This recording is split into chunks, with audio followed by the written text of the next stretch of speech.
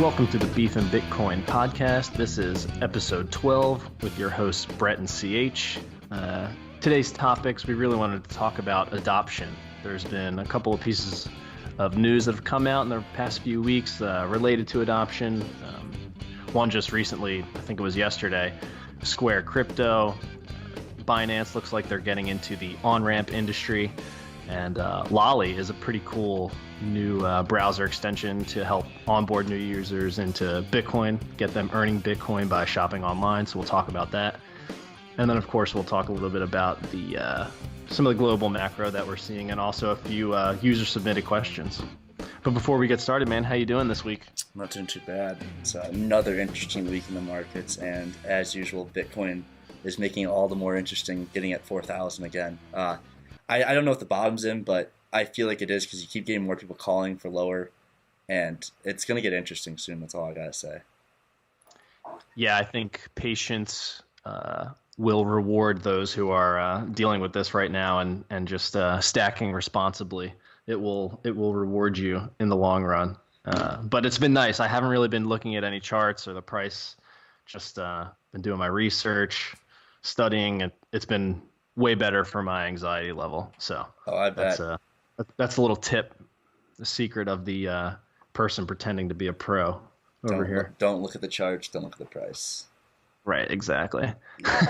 So let's get into our first topic here. We got Square Crypto. So I saw that this actually retweeted by somebody, and it just had the eyes on it saying, what the hell is this? So we did a little bit more digging, and Jack Dorsey, the CEO of Twitter and Square, had a really interesting tweet thread that was just really, really good words about Bitcoin and how he's hiring 3 to 4 software engineers to contribute, basically to make open source contributions to Bitcoin. And that's awesome. That's something that the space definitely needs. They need, because remember, these open source software contributors are not paid by anyone. There is no Bitcoin marketing department. It doesn't exist. So it's really nice to see Square using some of its resources and deploying that towards software engineers who can really contribute and make the protocol stronger and more user friendly and more efficient. And one of those people that he was hiring as well was a designer. And that just makes perfect sense because, it's March of 2019 and the user experience for using Bitcoin is still kind of shitty, but it's getting really better. It's definitely it's getting a lot better. Yeah. Go ahead. Go ahead. I was just going to say, I was not even on Kraken earlier, and Kraken improved its UI and UX tenfold from what it was, 6 to 8 months ago. And as we've talked about before, UI, UX, the ability for someone to easily be able to, just like using an Apple like an iPhone, being able to intuitively use it is the biggest thing. And there's a pretty interesting thing and I'm just a little sidetracked here, but about intuitiveness and like a UI, UX feature. The great example was the iPad, and I believe this, if I remember correctly, is from Steve Jobs' biography. But it talked about how a kid in some third world country, where they have no electricity, power, they gave the kid the iPad and he was able to play Angry Birds with it. Because it's intuitive, it's in the finger, and the same thing can translate to the UI, UX, as there's even like Lolli, which users watching on YouTube would have seen earlier. The UI, UX of this page is awesome. It looks great, it's clean, it's friendly, and it gets you straight to the point. And that's where Square is a huge player in this whole game. Is Square is already everywhere. It is in a bunch of local shops, a bunch of smaller business owners use it, especially like when you can just plug into your audio jack and swipe. So that's huge, and then the fact that Jack Dorsey is really pumping it. Dorsey's not only is he the CEO and founder of one public company, he's CEO and founder of 2 public companies, Square and Twitter. And I opened up just to see what their market caps are at right now, but I want to say they're in the tens, if not hundreds of billions. So Square is a $32 billion company. And almost 33. And wow, Twitter's actually smaller market cap at 25 billion. That's kind of sad. But I bet Square probably makes more money in that sense. But it's pretty interesting. How much Bitcoin, we were speculating, how much Bitcoin does he have? Seriously. Yeah. How much Bitcoin does Jack have? I don't know, man. For his personal security, I will say that he probably doesn't have that much Bitcoin, but who knows? He's the CEO of Twitter and Square. I hope he has a bunch squirreled away, and he never tells anybody that he has it. Oh yeah. But it's really interesting when you think about Square in this example. I don't. Every small business that I've gone into recently is using Square as their point of sale. And I remember talking to like a small coffee roaster, a little espresso bar near where my parents live, and they were using Shopify point of sale. And I asked them why. I was like, "Why aren't you using Square?" They're like, it doesn't make any sense that you would use Shopify.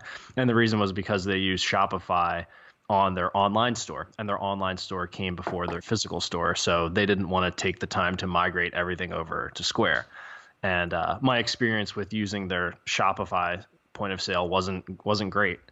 Like Square works every single time so fast. And I was actually listening to an interview with Jack, and he was talking about how, I mean, they were working on like real engineering problems to allow the chip reader and the Square readers to get down to like 4 seconds. Whereas I remember using the chip readers when they first came out. And I mean, it took forever. You're literally like, you put the chip in there and it's, 15 seconds later. It's really frustrating to the point where that you wouldn't want to use a card with a chip in it. So like he's thinking about these kinds of problems, and then he sees something like Bitcoin and Lightning Network and says, oh my God, I can't believe you can get this down to like a fraction of a second. And those 4 seconds, those 12 seconds, they really make a difference. Like you would stop going into a place if it took too long for you to place your order. It's frustrating. It's annoying.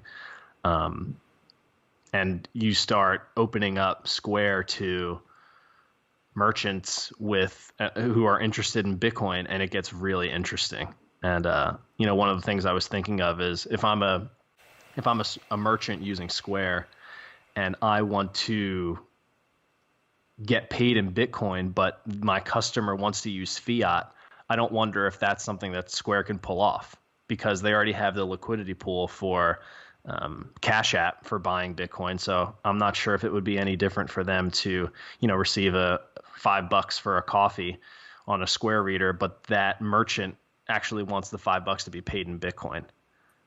I think that would be interesting. You could have like a sliding scale. I want 5% of every sale to be converted into Bitcoin and then deposited in my cold storage wallet, as an example. That would be huge for merchants actually starting to build more of a circular economy. It's definitely interesting, as you're mentioning, like that people don't think about that 15 seconds being a big deal, but you think about a grocery store. If you have 100 customers, that's a lot of time. It's 1,500 seconds. And so that time adds up, and it's very frustrating. Like I can't tell you how many times you go to the grocery store. I'm always trying to go, if possible, to when I go to Costco, you can't, of course, but you're always trying to go to like the automated one, so you don't have to deal with the line. Like you're just trying to get out of there, and that whole point of sale thing is crucial. And if a system doesn't, like, every time I've used Square, as you said, it's quick. You swipe it and it's done. And just one more little announcement: there's a new daily candle on the Bitcoin, so it's going to get pretty interesting here to see what happens. Oh yeah, good point. Yeah, I don't wonder if you think Square will ever have like their own like node at home solution. That's a good question. Do you think they would ever like? I wouldn't. I think they stray. They'll stray from like that merchant consumer relationship. Like that's their business model. They're not. It's weird because it almost is a consumer product. Like their hardware is legit. It's slick. It looks fantastic. It works perfectly. I can't imagine that they don't have the expertise, especially in hardware, to come up with their own like plug and play node solution. It would be legit. And I know Jack has the Casa node. I mean, like that's awesome. I'm glad that he's testing it. But I mean, that's pretty much just a Raspberry Pi in a really nice box and has a great user interface around it. That's what you're paying for. I mean, and they're the king of user experience with Square and Cash App, and it certainly looks like they have the hardware expertise. I mean, those point of sales are legit. I think it would be really dope if you had like a like a little home node that actually had a screen on it. Like if you could do everything from the node itself without even having to connect to a computer. Because I wonder, like some people don't even have laptops anymore to connect to a node. I know you can connect to a node with your phone, but sometimes that initial setup, like you still need a computer. Huh. That would be interesting if you could do it all right from the device or somehow share the screen or I don't know. A built-in screen might be tight. I'm not sure. Maybe it won't be. That would probably be a big cost. I feel like. That's the issue. Yeah. But like then everything's secure on the device. Like yeah, no, it's not like even if your laptop you've been downloading torrents for like 6 years on your MacBook and it's riddled with viruses or malware or something. Like, and then you go and too much Pornhub for that guy. That's what I mean. Like exactly. You go and you connect to your Casa node, and I'm sure there's a lot of security in place that Casa would do to try to prevent that kind of stuff. But I mean, still, if you really want it to be all on one device, I guess that's the way you'd have to go. But that's what makes me think Square could do that because their point of sale is already legit. I could see them just making a smaller one that almost like you could like open up a lid or something and it had a screen, like a little touch screen. Might be dope. I'm not sure. Yeah, it'll be interesting. I was going to say, if Square doesn't have the talent, the $33 billion will be able to pay for talent. That's all I got to say. Yeah. They'll find it. That just makes me think there's so many products. Like if you think of Bitcoin as its own industry, right? It's its own little parallel economy.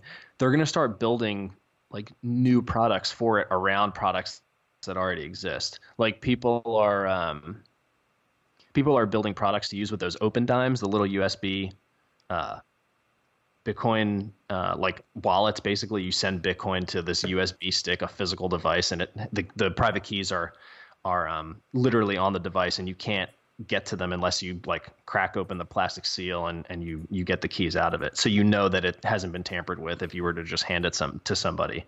And people are building products like around that because it's like something that a Bitcoiner would use. So you need other products that you can use with that, like these little readers. Basically, you would put it in and you'd see how much Bitcoin was on it, and then you could pay for something with that. Like it's going to create more wealth. There's going to be new things that don't exist today that still need to be made, which is pretty sweet. There's so much white space in there for anybody who's listening and wants to get involved. Like there's so much to do. Yeah, I mean, as we talked about before, we're either really right or really wrong on this. And I think as we're seeing the companies that move ahead, like obviously like Square, there's other ones too, that move ahead in the space and get ahead, will be the same thing that happened with the internet. And maybe not on the same scale because the internet's, a little bit different in the sense that the internet was connecting information and whatnot. But the whole internet money thing, if you get a chance, I've said before, read The Internet of Money by Andreas Antonopoulos. It's phenomenal. There's 2 books so far. I don't know if there's a 3rd volume, but the first volume is a great, easy read. And you don't have to know shit about Bitcoin. And it explains it very well. And he does a great job with analogies. But I lost my train of thought there with... Oh, so no, yeah, internet money. Internet money, basically, we're so early in Bitcoin. Like, who knows what the hell this is going to end up being in the grand scheme of things? And just like the internet, like people in the very early days, like, because we got to think before the internet, like before Sir Tim Berners-Lee made it so like everyone could go hop on the internet.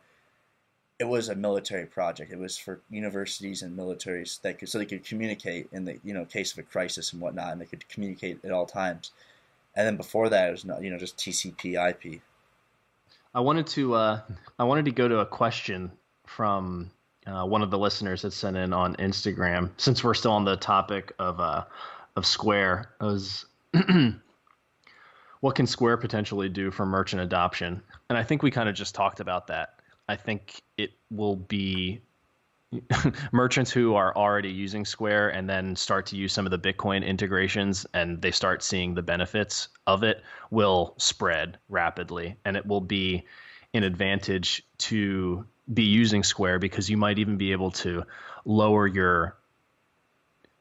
you'd increase your profit margins because I think the fees right now for using Square are probably like between 2 and 3% for a merchant. That's a good ballpark. I'm not 100% sure, but that's what I would ballpark it as.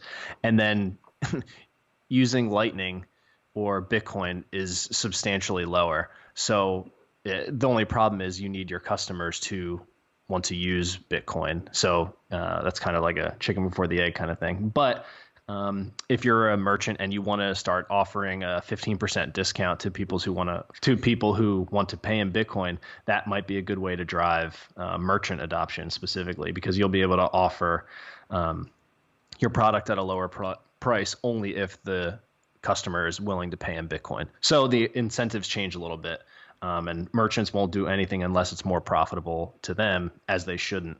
And they'll slowly start to realize that doing business in Bitcoin will end up being dramatically more profitable to them.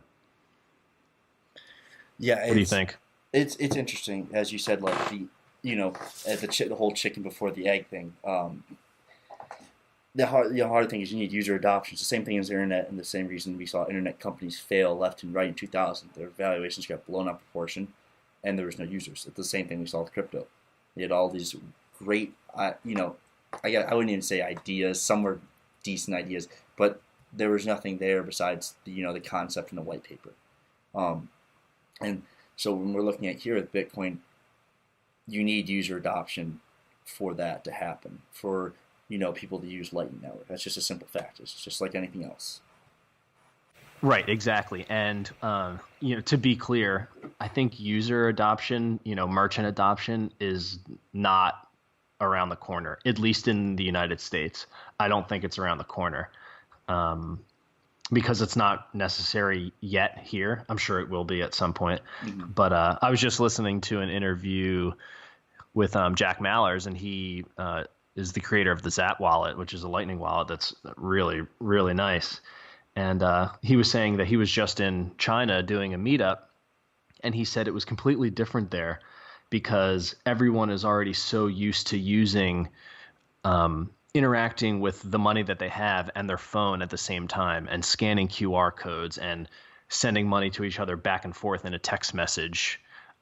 Ways that are like the money's already easily integrated there, but heavily surveilled, unfortunately. But the concept of like scanning a QR code to pay for something for them, it's like they're already there. They don't need anybody to learn a new skill. Like it exists already. Not that scanning a QR code is a skill, but to some people they can't do it. But that's why you'll see that adoption, that consumer adoption, probably later here, because it's just going to take that much longer. The only thing that would make it accelerate is if our money stopped working so well, which is potentially also right around the corner. That's like the worst thing we talk about. I'm really not sure what's going to happen first, because both of those scenarios are inevitable. I just don't know when either one is going to happen. I know Bitcoin will be adopted, and I know that fiat currencies won't stick around forever. Yeah. I mean, you've mentioned before the Lindy effect. I mean, the U.S. dollar's been around for a while, so the longer currency's long, the longer chance it will be around for a longer time. And like the British pound's been around forever. Now it's a fraction, and like a fraction of a percent, and a fraction of that percent of its value what it originally was. But that's the point. The longer the currency's around, the longer it has ability to last. And it'll be interesting. We keep talking about like how this whole cycle's turning over on us, and I was just talking to my dad before on the phone. He just said like March has been slow at work for him in car sales, and like that's fucking makes sense. I've been reading a lot about that, and here is a person telling me directly from his work that's happening. You know what I mean? So we're seeing it. Obviously the end of this cycle here, this debt-driven cycle. I mean, the whole world is drowning in debt right now. I like that's the insanity of this whole thing. Like it just boggles my mind that people are so out of tune with things. Like the mainstream media laughs about us being $22 trillion in debt. China's $40 trillion in debt, and like no one seems to care. Yeah, it's going to have a consequence eventually. Oh, for sure. Oh, that reminds me. Somebody took one of my stories and like turned it into a quote, and it was actually pretty funny. I was pumped to see that somebody would actually take the time to do it and put it in a quote. And it said, you can ignore Bitcoin all you want, but there are consequences to holding shitty money. Crypto humor. So there are consequences, exactly. And I don't want to say you're exposed by holding fiat because people hold cash because of uncertainty. That's one of the features of cash. Like that's why you would hold it, because you can't predict the future. If you could, you would know at any point in time exactly how much money you would need, and then you'd never hold any more than that. But you can't predict the future, so you need to hold physical money or cash, or at least digital money in your bank account, whatever access to the financial rails you have at the time. But that fiat money is susceptible to inflation and hyperinflation, and it's unpredictable when that happens. So you can see your savings go away in an afternoon, which is really unfortunate. And I hope that happens slower here, so there's more warning signs about people thinking about starting to hold a money that's better than the one that they're already holding. And that was kind of the point of my saying is there are consequences. You can ignore Bitcoin if you want, but if you're holding a shitty money that's going to inflate away and become worthless, other people will hold a harder money, and you're going to have to deal with that. You can't just pretend that it doesn't exist. But everybody will get there at a certain time. Yeah, my next read's going to be Murray Rothbard's When Money Dies. And I'm going to go grab my book if you want to keep talking, because I want to read. There's a really good summary on the back of it, and I just want to read it for everyone. So I'll be back in a second. Yeah, for sure. All right, well, we'll let you go take a break, and I will try to ramble on a bit. But yeah, there are consequences to holding fiat. And on the topic, I'm going to do another question from the listeners. And that was, how much Bitcoin should you be buying each week? That's a tough question, one that I don't feel comfortable giving you a specific answer on. But I've been thinking of a new shitty saying, and it's stack responsibly. So if I had to make a suggestion, I would say, stop going out to eat, pack your lunch, don't be an asshole. All that money that you're saving by not going out to eat, you can then take a percentage of that and buy Bitcoin, and you can opt out of the current fiat money that you're using today.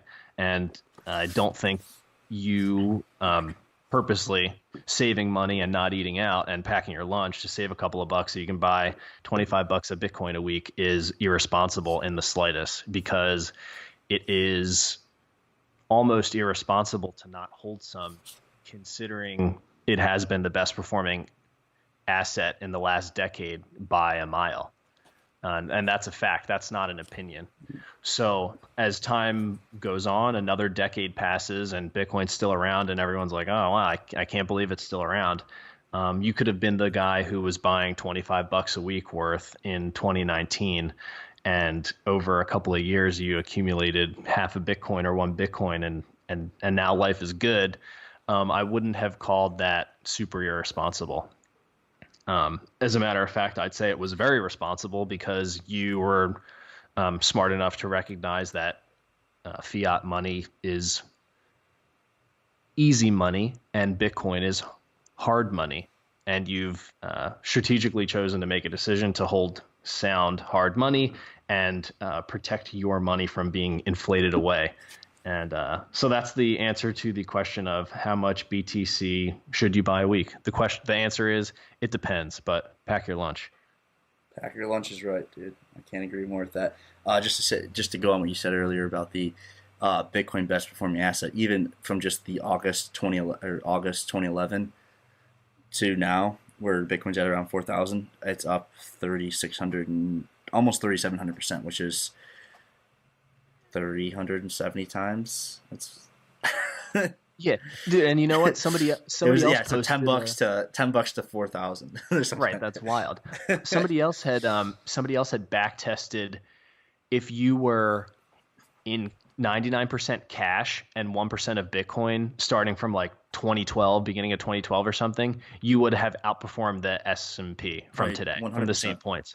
That's, you know what I mean? That is so mind blowing when you think that you could have kept yourself in 99% cash, 1% Bitcoin, and have done just fine, better than some of the best performing hedge funds on the planet, some of the most brilliant minds in finance. You could have outperformed them just by being some regular dude who bought a little bit of Bitcoin. So It's crazy. you I can mean, see my that's screen. wild. If you're watching on YouTube, you'll be see I inverted the scale of Bitcoin. Why? Because that's what's really going on right now. It's not that Bitcoin is gaining a lot of value. It's also your dollar is losing value, and that's the way you got to look at it. Is Bitcoin is just gaining against the dollar. That's all it is. It's that simple. Yeah, And I was just listening to Marty Bent's podcast. Shout out to Marty Bent and Tales from the Crypt. He was he was interviewing Jay. I forget his last name. He's a lawyer. He lives in D.C. Really brilliant guy. It was an awesome podcast to listen to. But he was kind of talking about that as well. What are the three options that you have here? Well, we're in this crazy market, so much debt. What are the options? One is you continue to print money. Printing money indefinitely will have no effect on anyone. That's like modern money theory, I guess, which obviously doesn't work. So that's one thing that could happen. That's definitely not going to happen. We already know that. Two is some sort of, bailout again. We kick the can down the road and deal with the repercussions later. Or this starts to unwind.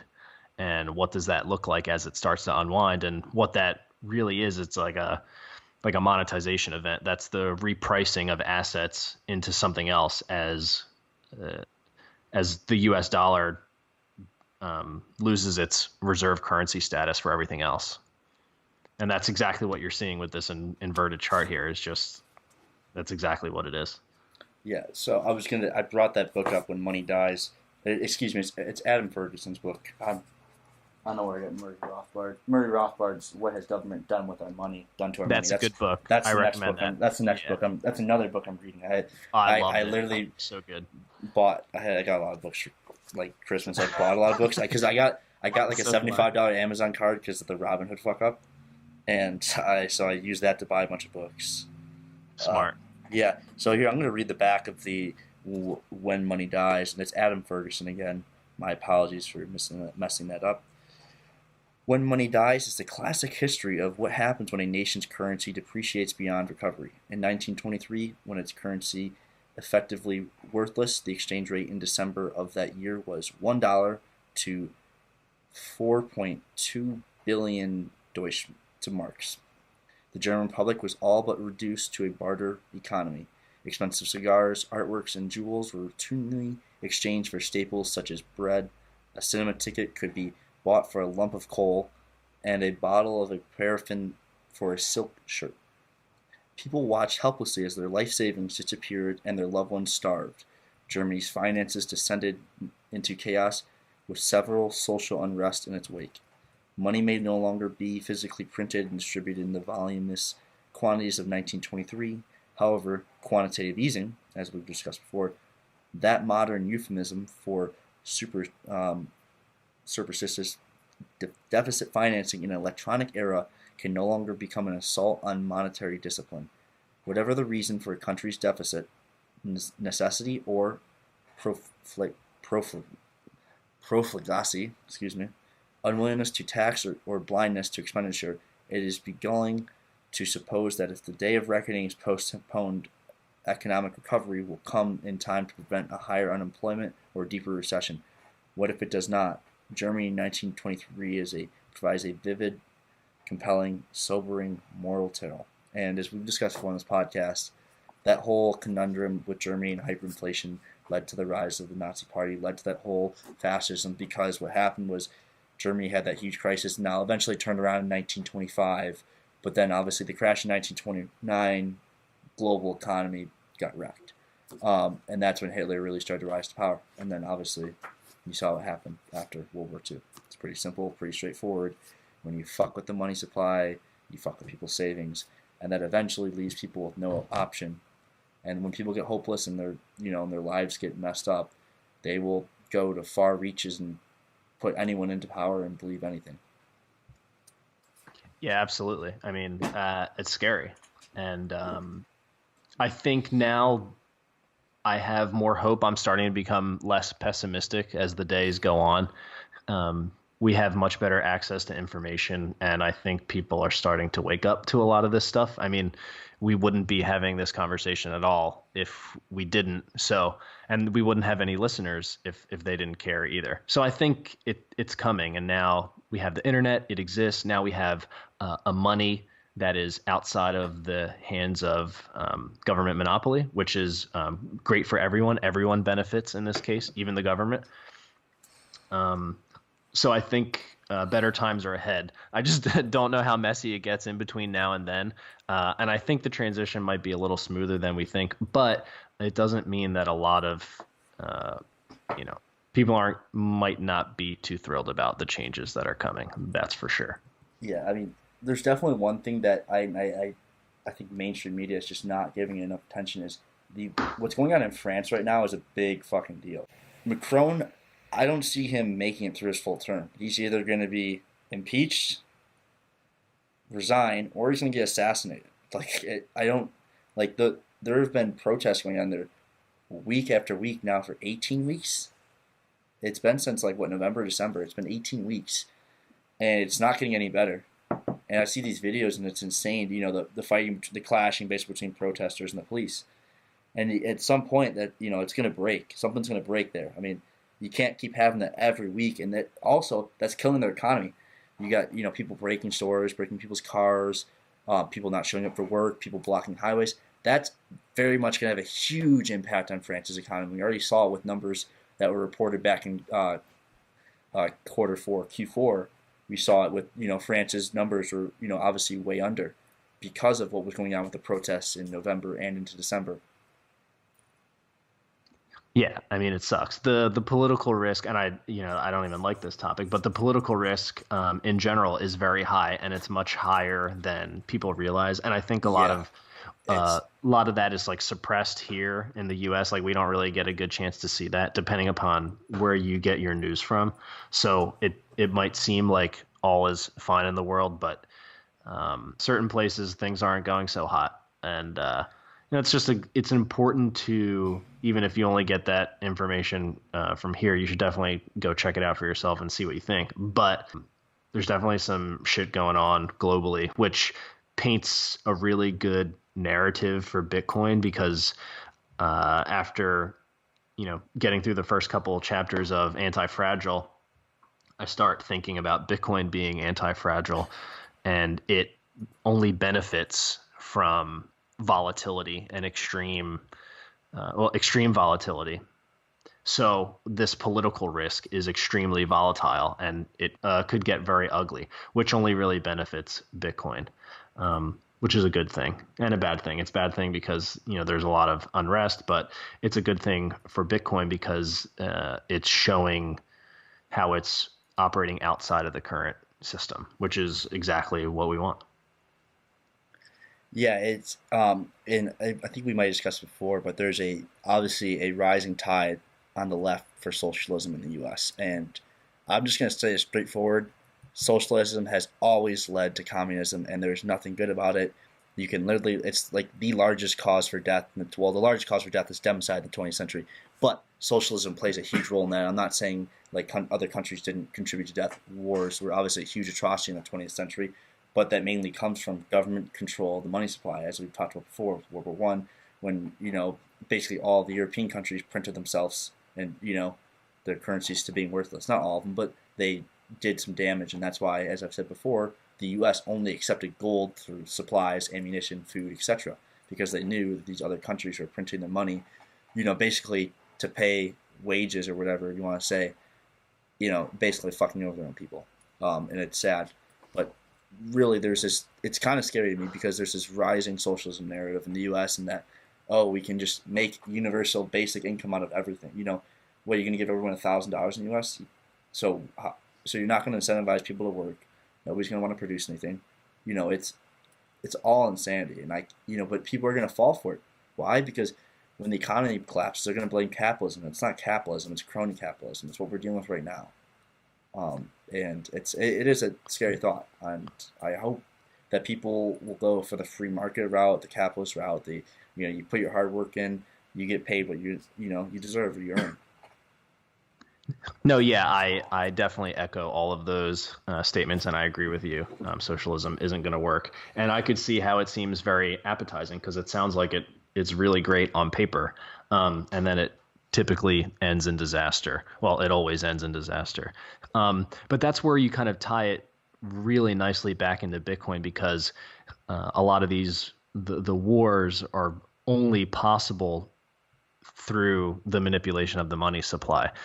Sure, anybody can go to war, and I'm not saying that if everyone was using Bitcoin, there would never be a war again. But you wouldn't be able to have these wars drawn out for so long. I mean, we've been in Afghanistan for like 17 years or something, probably 18. longer.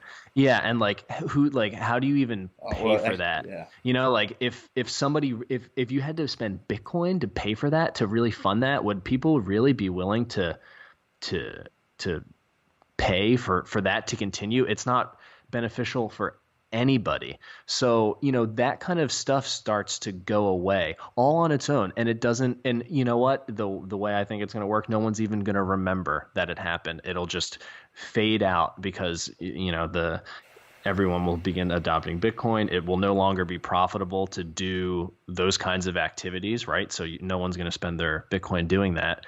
And the ship starts to correct itself and we get out of that mess. And I hope that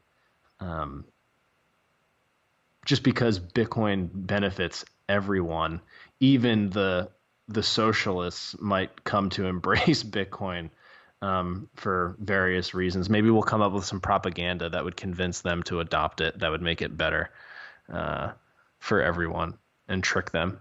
I don't know if it's possible, but we're gonna try.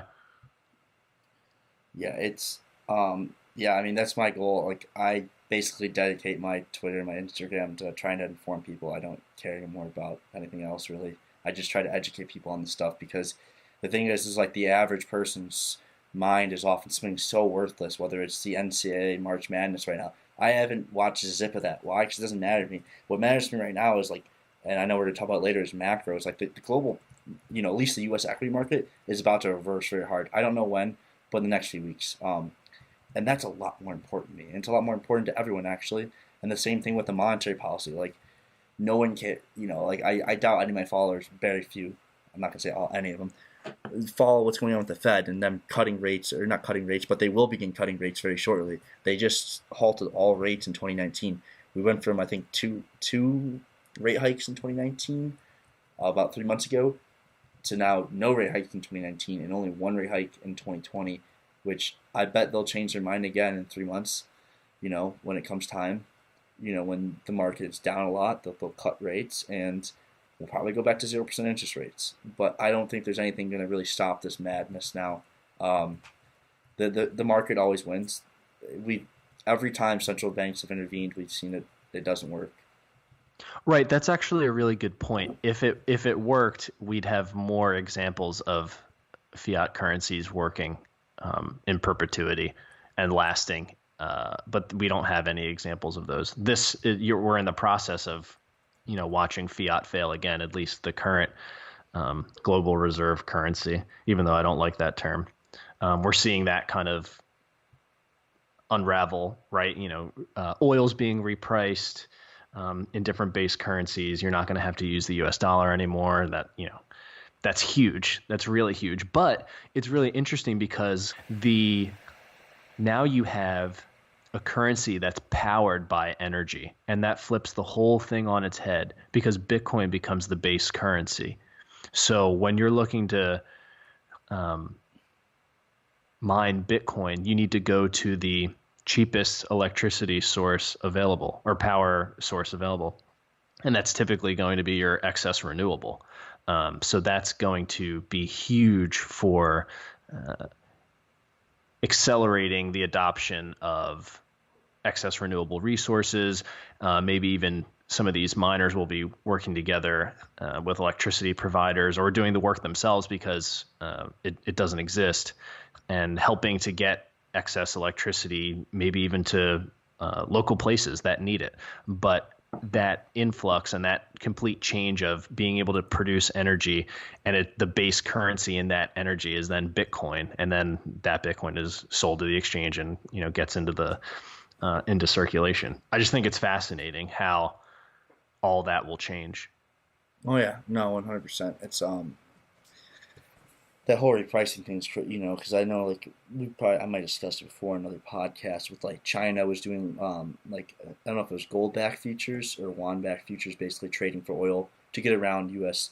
Sanctions and basically to have another option. And you see, I think Russia was trading something else, but they're also doing. I think a lot of European countries are doing the euro for Iranian oil because U.S. dollar obviously sanctions isn't allowed. And so this is again, here's another example of political risk, trade wars, etc. It's economic warfare. It's warfare is what it is. A sanction's an act of war. Basically, you are like a sanction's not going to affect the top 1% in Iran. It's going to just affect everyone else in Iran. It's going to make the shopkeeper lose a huge percentage of money or business, but it's not going to affect the very, very wealthy in Iran or the political class. Right, and that's one of the issues with the current government monies that we have today is you can weaponize them. Like the current financial system can be weaponized, and it's being weaponized right now, and that's kind of scary. But somebody mentioned on Marty Bent's podcast actually that the guy who's working for the Human Rights Foundation was talking about actually being able to weaponize Bitcoin. So like right now, if we could be getting as much Bitcoin as we could to the people that need it in Venezuela, you'd be weaponizing Bitcoin against Maduro, which I had never thought about it that way, that you could use Bitcoin in that way. That's really interesting. That could be a political tactic that a government could use on a hostile regime, or not that anybody's even hostile, and weaponizing it against them. I thought that was fascinating. Yeah, no, the U.S. dollar is a weapon. It's it's an economic weapon, and obviously we wield a really big stick here in the U.S. With our current military power. So it's one of those things. We can use it as a weapon of mass destruction, basically. We see it time and time again across other countries. And like I don't think we mentioned this before in the podcast, but like the sanctions that happened in Iraq between the first Gulf War, so 1991, to leading up to Operation Iraqi Freedom in 2003, caused somewhere in the neighborhood of like 500,000 deaths from starvation because they couldn't get food. And did it affect Saddam and his guys? No. So I gotta look this up, but it's one of those things again. The American media doesn't cover it at all. Like I bet you maybe a few people in the podcast listening might have heard this before, but we were talking about this before the podcast because I sent you like a meme about it, and it sounds bad because it was a meme about because of the recent the Christchurch shooting, because 50 people died, obviously a terrible incident, but it was a meme basically saying like the U.S. government looking away, but the point is it just shows again how easy people are manipulated by the media when this incident happens. But like here again, 500,000 people died, and I think that might be just children. And that's insane. I think I was reading about it. It was like, and it was just a while ago because Adam Kokesh talked about it and I was watching his video. It was like 1 in 5 people or 1 in 4, some ridiculous number where people you knew would die during that period. Yeah, that sucks. That's like, that's terrible. And I don't know. I think eventually it should have been more obvious that any type of government intervention in like anything typically never works. I don't know that we've seen any good results out of any kind of government intervention into anything, which is unfortunate because that's what we pay them for, is to intervene on your behalf and to protect your property rights. But that doesn't always happen. Yeah, no, I pulled up the article. It says, I'm seeing 500,000 show up here, though, a few times. And I'm not surprised at all. I mean, you starve a country, that's going to happen. This happens when countries do that. Right. Exactly. It's terrible. It really is. To one other piece of news I wanted to talk about very quickly, since I think we kind of beat that other topic to death. is Binance looks like they're trying to get into the on-ramp industry, which is kind of an interesting play for them, but it makes sense because they're you know, a big exchange with a ton of shitcoins on them. But they opened in Australia a cash to Bitcoin brokerage service, and looks like it has like a 5% fee. You definitely need to do KYC AML, which isn't great for those users who want to do that. But it is another on ramp in Australia, to be specific. So we'll see. I think we're going to start seeing more on ramps from different players that we haven't heard of before. And I'm really interested in like the voucher system where you could get a voucher from a corner store or something like that that has a code on it where you could then redeem Bitcoin. I think that might be an easier sell than actually having to use the ATM, because the voucher model is like really similar to what people are already used to for like buying mobile phone minutes or something like that. So I could see that being a new way to buy Bitcoin that doesn't really exist yet today. And I think there's going to be other ways to acquire Bitcoin that we can't think of today. And earning Bitcoin is going to be huge, which gets into Lolli. And Lolli is a really interesting project. It's basically a browser extension that works very similar to Ebates, where, you know, for over 500 brands, you could do your online shopping and earn up to 30% back in Bitcoin, which is huge. So I think that's a really good way to onboard new users, your friends, your parents, people that you've been talking to about Bitcoin for a while, but they're still on the fence. They still aren't sold. Now they don't even have to buy it. I think that's a big hurdle, right? For someone needs to, take the time to sign up for an exchange, do KYC, AML, all that stuff, learn what it is, think about if they want to keep it on the exchange or send it to a hardware wallet. Like, it's a lot going on. But people shop online every day and they do it constantly. And why not earn Bitcoin for all of your purchases? So I think that's a good way to get those loved ones into the Bitcoin space. And we're just going to see more things like this, where it just becomes easier to get your hands on Bitcoin, whether you're being paid in it, you're earning it for services, you're earning it shopping, you're buying it from new ways that you haven't thought of before. What do you think? Basically, the simpler it is, the easier people get on. That's the whole important part here. But obviously, again, as we said, you need user adoption. Lolli won't work if there aren't people using Bitcoin. It's that simple. And they have to be using it too. You can't just be holding your Bitcoin, because if you're holding it, you're not spending it. You know what I mean? So if you're in that sense, yeah. And in that case, I think that's actually a really good point, because I was thinking of Lolli more as like a savings tool. Because really, and to bring up a question that somebody had sent in, I think this goes really nicely. They said, or they asked, how does the average person contribute to mass adoption? And I think using things like Lolli is a really good way to get that started, because it's really easy, it's intuitive, and you can create new hodlers, because every time someone's using Lolli for a purchase and they're getting that Bitcoin, I'm not really as concerned with them getting that Bitcoin into circulation. I'd rather them actually hodl that and dry up the supply, because the quicker we can... So we can pump your bags. That's what I mean. Like, but that's the only... But then the theory is, because... the theory is price will drive adoption, right? Price drives adoption. So if I can convince someone to sign up for Lolli and tell them not to to withdraw it, but keep it, like, don't spend it, because you're just going to dry up the supply, which is going to increase the price, which will then increase adoption. So like you want that hockey stick chart to get started eventually. And now that you have a good, right, that's not physical, but it's limited in supply. It's the only thing that we have ever, except for human time, that's finite. Like, we're not going to have more than 21 million. So like, we're really drying up the supply. And I don't think we've had a really good sense of what true scarcity does. And I think the FOMO that we're going to see in the next decade could get unbelievable just because of that, because we've never seen an asset that's this scarce before.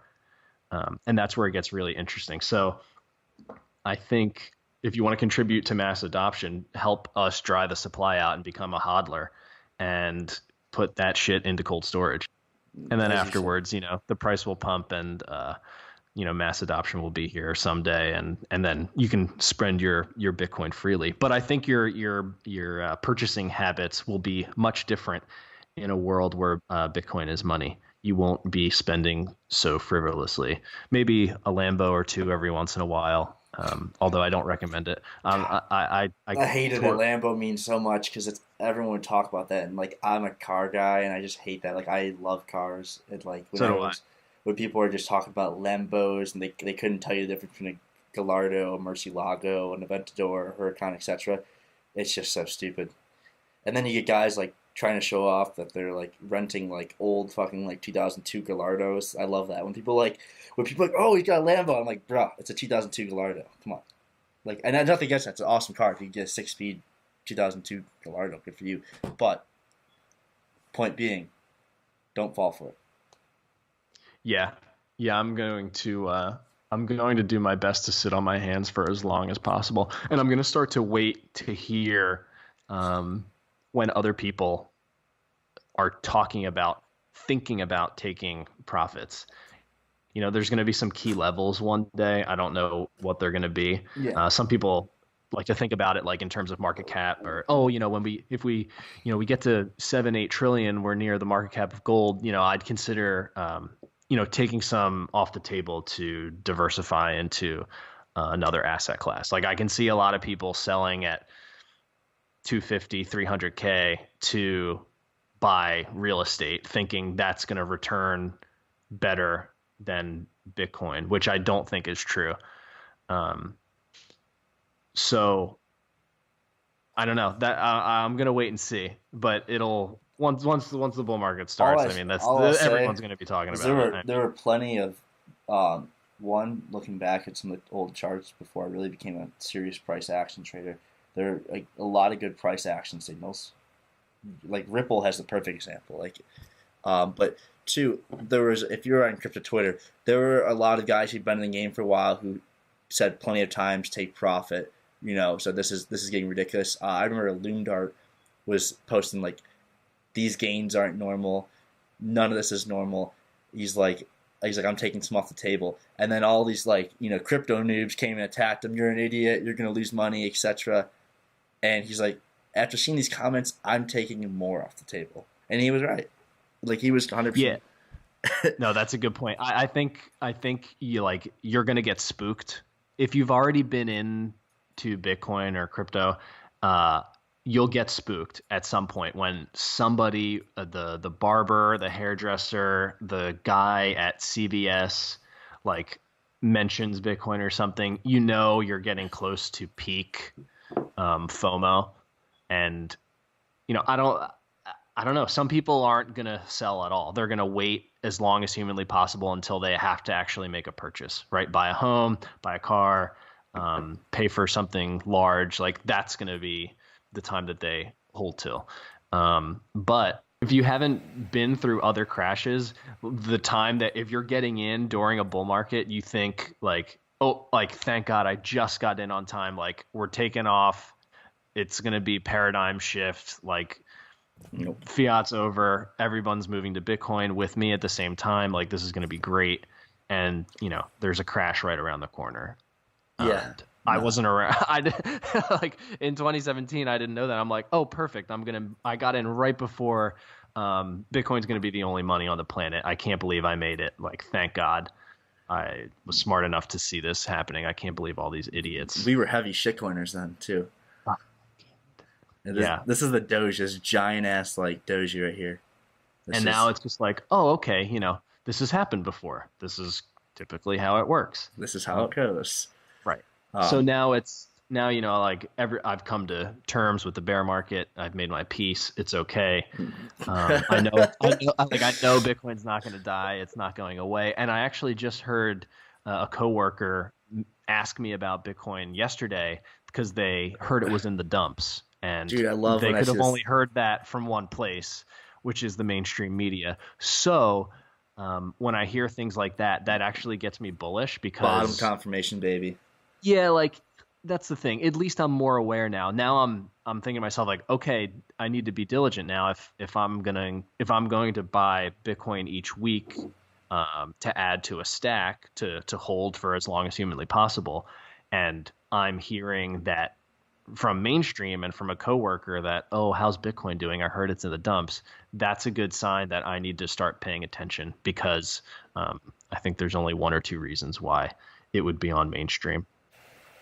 Yeah, no. When mainstream's talking about stuff, it's that's your time to when they're saying be bullish. When mainstream media was covering it, like when CNBC was covering Ripple last year, and like other shit coins, that was the time. That was your sign.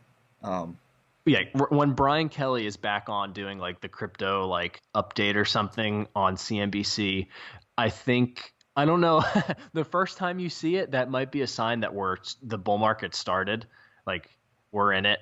I just don't know how close to the crash it is. But oh my God, when you think about Brian Kelly like telling people how to buy Ripple at like literally the top is the funniest thing. And in hindsight, I'm so stupid, like not realizing like it's over. Like this is done. Now you're gonna have to, wait through this bear market. Uh, I guess you're just in like peak euphoria. So even if I knew better, maybe I wouldn't have. I'm ready now. I'm prepared. I can see the signs. So listen we've been there. out there, like watch for the signs. Watch for people who don't know shit about Bitcoin. Start talking about it. You need to start paying attention a little bit more. It's yeah, no. News is a pretty good counter indicator, and news is always late behind the price. Uh, last year with that December was stupid last year. Even January, obviously, because January we were still pumping. Like that last pump in January was just insane. Like into that first week of January, it was just like as I've told people, like people ask me about it, I was like, you literally could have thrown a dart at any fucking coin on the top, any coin on CoinMarketCap, if like basically before October and been fine. You would have made money, 10, 20, 30x. And if you got in earlier, like, dude, people who bought shit coins in the early 2017 before that run in March and April into May, you were up 100x by the end of the year if you just held that bag, if not more. Yeah, It's mind-boggling, dude. The market cap yeah. of crypto went from 17 billion to 833 billion. Like that's Yeah, that's actually a good point. I'd like to mention this is March 2019.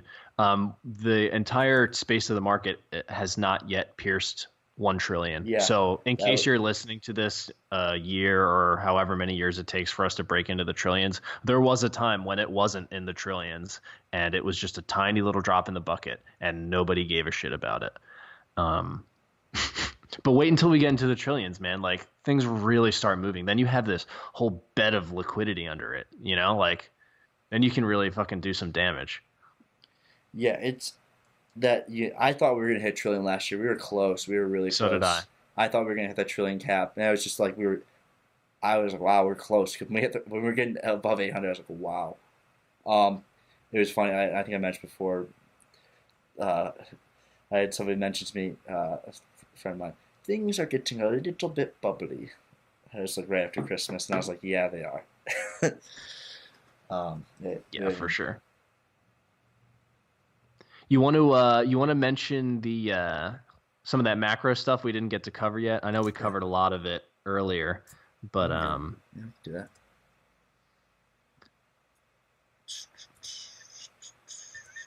I saw and I put it on my story today. Just it was, same shit, different day, but student debt bubble Oh God. is basically giving millennials negative net worth as soon as they enter the workforce, which sucks. No, I thankfully have no student loans, but like I've Yeah, obviously everyone, the majority of my friends do. The majority of people I that's what know. I mean. Right, right. You're an exception. I luckily graduated without any debt. It was fantastic. I can't Yeah, believe I got so lucky to have scholarships to cover the bill. That really worked out, but that's rare. yeah, So, and it's also the effect it's having. Like people don't want to have kids either because they don't think they can afford it. So now you have this other issue. of Population. yeah, I mean, it just sucks in general. But it's nice because I 100% can link it back to Bitcoin because the only reason that any of this is happening is because of manipulation of the money supply. You wouldn't have the cost of private college increase 300% from the 80s to today and be dealing with money that's become more and more worthless over time to the point where you could be uh, a couple making $200,000 a year and you don't think you can afford to have kids. Like those are astronomical numbers, and you still think it's not possible. Like that really sucks. Yeah. And so, yeah, on the macro thing, I I put this on I think my Insta story. I tweeted about it the other day. When that happened, so basically what happened was the U.S. dollar got crushed because the Fed went dovish again. They're not going to rate hikes. As I said earlier, the rate hikes not doing them this year. The U.S. dollar got crushed, and I'll just try to get some USD pairs open on. Um, my computer wants to load here. Get some USD pairs open on Forex, and then I'll just look at some of the commodities too because so what happened basically was USD pairs, so like USD JPY, USD CAD, you name it, got crushed. When Powell announced that we're not going to do more rate hikes, like right here, we just dumped at 2 p.m. Now we've risen back, but the commodities, the vice versa situation, commodities went up, gold, silver, oil all went up on that news. And so basically what's going on is, by keeping it suppressing interest rates, basically, it is weakening the dollar. Higher interest rates better to hold the dollar. Um, you know, higher interest rates, for those to understand, incentivize people to save. And what happens, what we had over the past decade from when the global financial crisis, basically 2009 to somewhere mid 2015, we had a federal funds rate of 25 basis points, which is a quarter of a percent, which is nothing, which means money was free. Everyone could lend for nothing. And the federal funds rate was just the rate that banks lend each other money at. Um, and so, now we're at 2.25%, somewhere in there, but it might be 2.5. But either way, point is, we're nowhere near normal still. And obviously the bond market is telling us that too.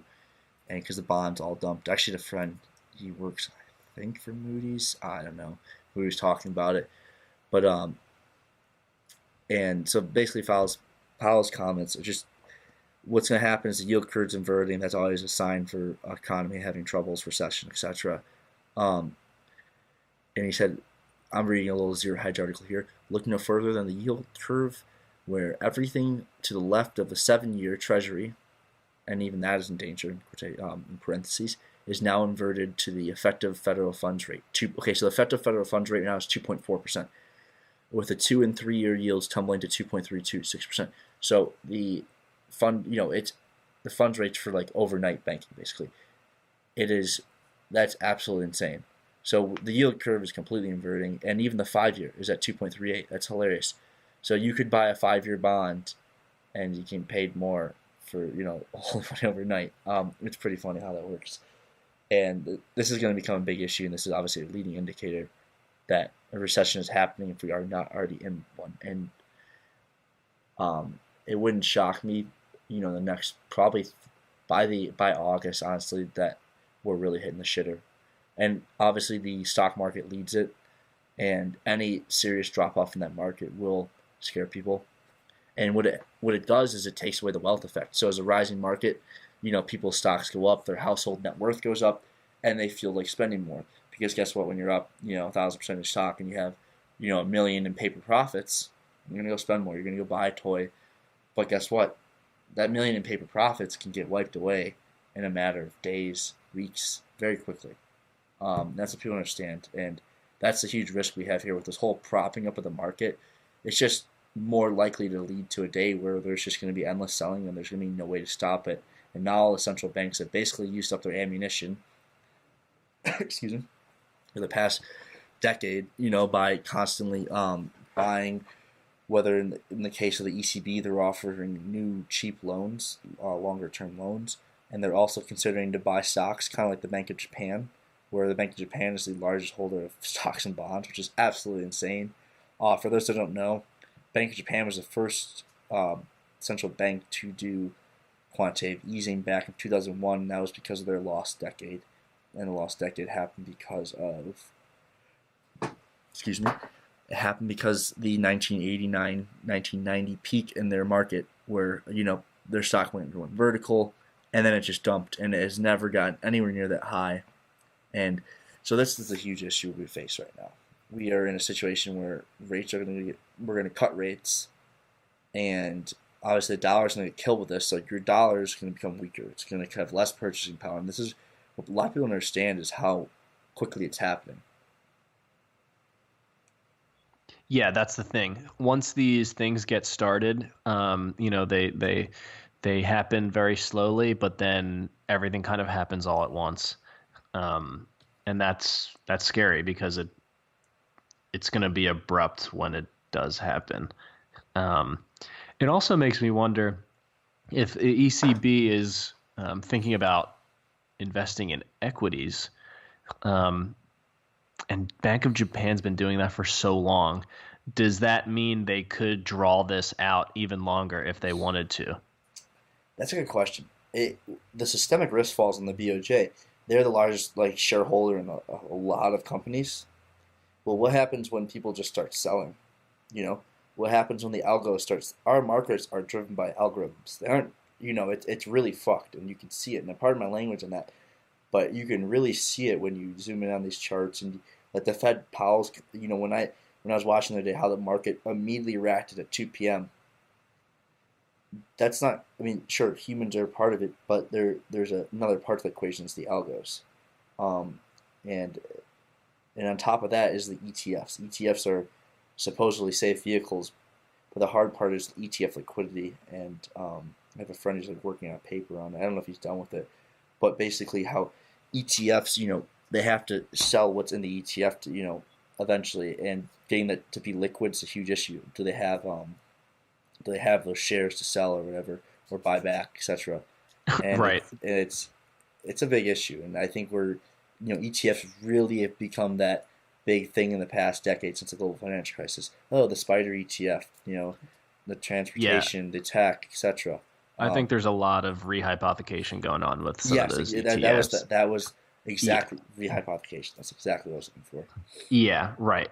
There's going to be more outstanding paper claims to an underlying asset and not enough of the underlying asset for everybody to actually claim it. And that's when things are going to get a little messy. I think that happened with Dole. Caitlin Long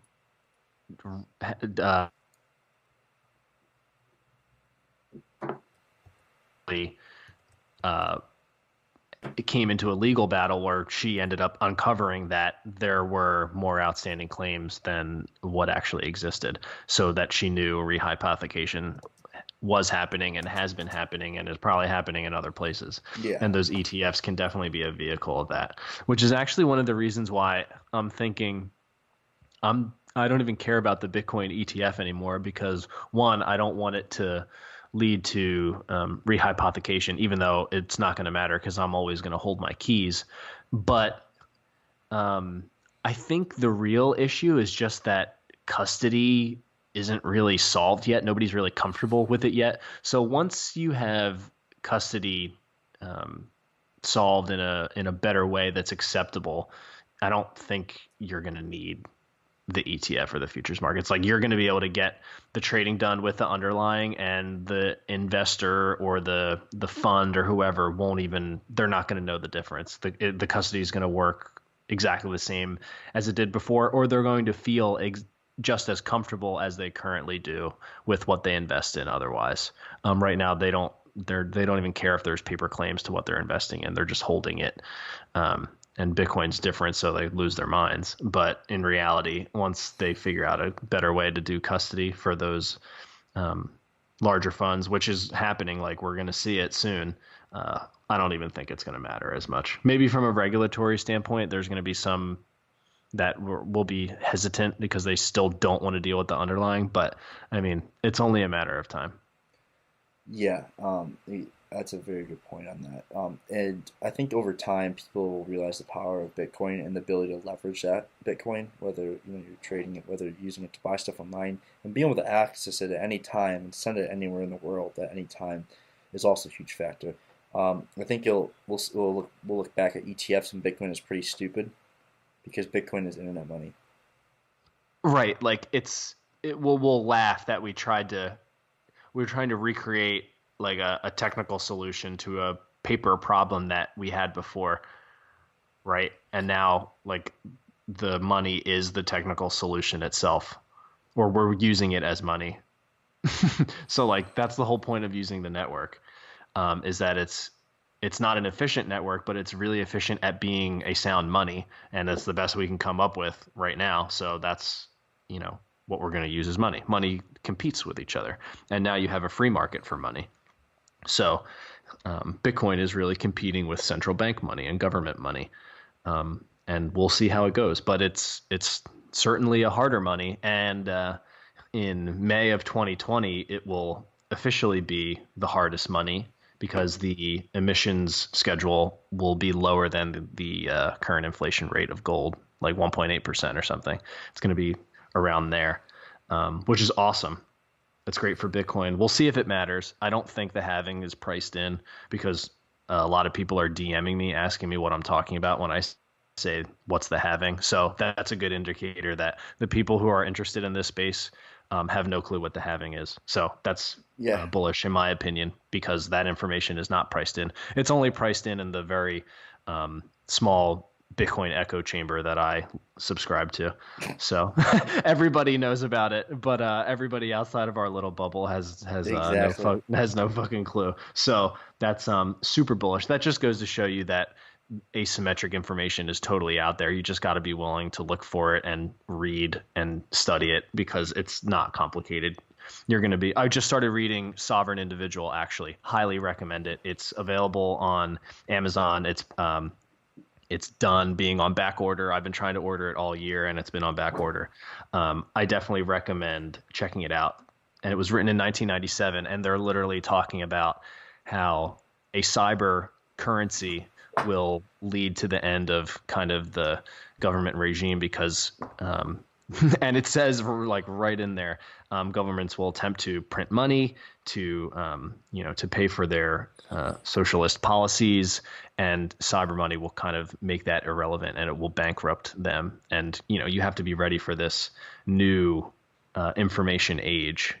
It's really cool. It's really awesome. I definitely recommend reading it. I'm maybe like 35 pages in, but they've been awesome. And I hate to read, and I'm actually reading it, so it's legit. Yeah, it's interesting. Back to what you were saying earlier about it's crazy to me how much the interest in crypto and Bitcoin in general has just dropped off. Yeah, it's non-existent. And I remember I called people out about it like in the summer because I was like, no one's buying here at 6,000. No one's buying here at 5,000. No one's asking me about Bitcoin at $5,000. No one's asking about 6,000. No one's asking about it at $3,000. But guess what? If Bitcoin goes back to 20K, people will be asking about it. Guaranteed. Oh, for sure. Yeah, I mean, some of these, I try to post at least one meme a day, and yeah, I probably get like 200, 300, sometimes 1,000 likes. I guess if it's actually funny.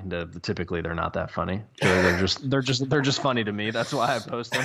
It's really just a page for me. I'm just documenting all the shit that I want to look at later and making memes. But you can tell the difference when the market's pumping. No problem. 1,500 likes, 2,000 likes, 100,000 views on a video, and then nobody gives a shit about Bitcoin or crypto anymore, and it's like 200 likes on a really shitty meme, maybe a couple hundred if it's half decent. So you can tell it's a really good indicator for me to see that we're down. But I also have been getting way more DMs than ever about people who want to learn about Bitcoin, which is good. That goes to show me that we are in the middle of the bear market, or hopefully getting closer to the end. People want to learn about it. They're still interested. They think Lightning is really cool. They're, waiting to see what happens with that. They think that might be some sort of trigger to a price increase. I don't necessarily know that that's the case, but I guarantee you that the next wave of new users coming into the space they won't even have to know about SegWit 2x and the block size debate and all that bullshit that everybody had to go through. They're just gonna Bitcoin's just gonna work so much better for them from the start because of all of the infrastructure that was laid out and built during the bear market, which is typically how these things go. From what I hear and from the research that I've done, I've never experienced it yet. So this is still my first bear market, and I'm thoroughly enjoying it now that I've come to terms with it and know what to expect. I actually enjoy it too. It's nice. It's nice. It's quiet. I scrolled back deep into your memes, and I found one from January 8th, 2018, when CoinMarketCap decides to exclude South Korean prices and the overall market cap of all cryptocurrencies tank instantly. And then it's like the Thomas had never seen such a mess. Dude, I remember because so for those who don't know, like South Koreans, it's called Kamichi Premium. The South Koreans were just going nuts over crypto, and they were paying like basically anywhere from 10, sometimes 20, 30% more for a certain crypto asset or Bitcoin on their exchanges and stuff. It was hilarious. Like I think Ethereum was like trading at like 1,500 on like US, other exchanges, and then Korea was like 1,800. And then like I think Ripple was hit like 330 on US exchanges, and it hit like over $4 on Korean exchanges. The frenzy in Korea was nuts. And again, it'll be interesting if we ever get a frenzy like that again.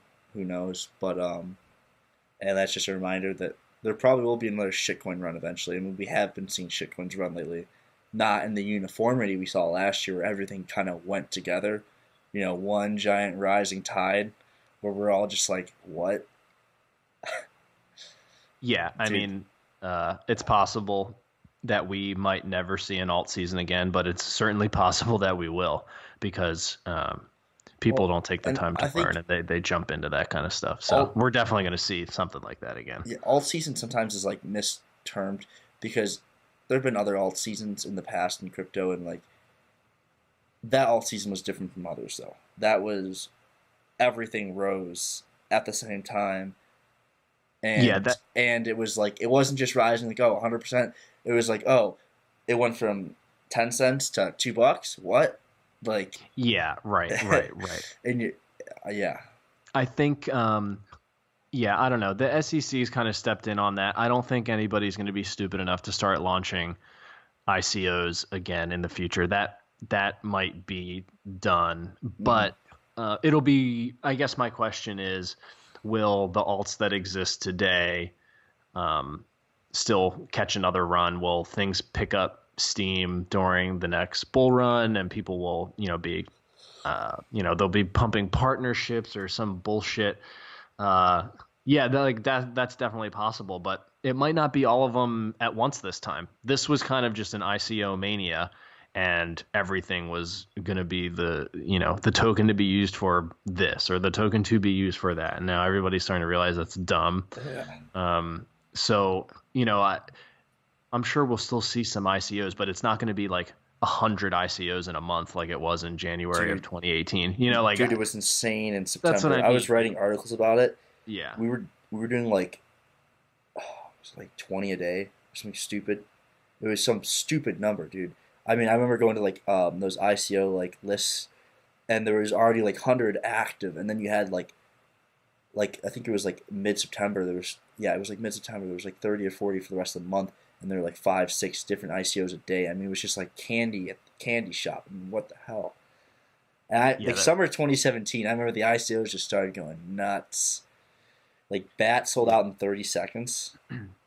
Yeah, summer 2017 was wild. Never forget. Fucking baptism by fire, baby.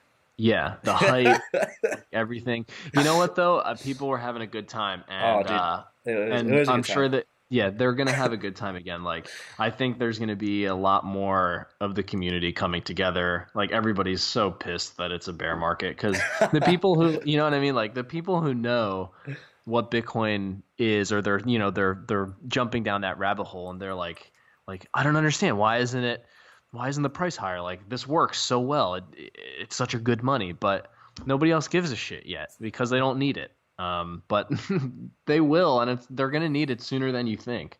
The modern money theory experiment doesn't end well. So pack your lunch, man. Stack some sats. Pack your lunch. I like it. Hashtag pack the lunch. Yeah, that might be a new Beef and Bitcoin saying. I'm not sure. We'll test it out. People will definitely DM me and be like, "Yeah, that's stupid. Don't say that anymore. Don't ever say it again. Come up with another." Yeah, so but we'll stick with it. We'll see if it sticks. Yeah. What do you think, man? This was a pretty good episode. Yeah, we did pretty good. I thought we did. We covered quite a bit of topics. Informed our listeners and viewers. Yeah, we attempted to. So we hope you guys got something out of that. Don't forget to like and subscribe to Beef and Bitcoin wherever you listen to this. It's on YouTube, Apple Podcasts, and Spotify. So give us a review if you can, star rating, whatever you feel like giving us. It really helps get this podcast higher up on the rankings so that people who are searching for it can find it. We do appreciate that. You can share it with your loved ones if you think they might enjoy it. But you can follow us on Instagram, Twitter. Handles are Crypto Humor and Crypto Coitus. Thanks a lot for checking out the show. Thank you.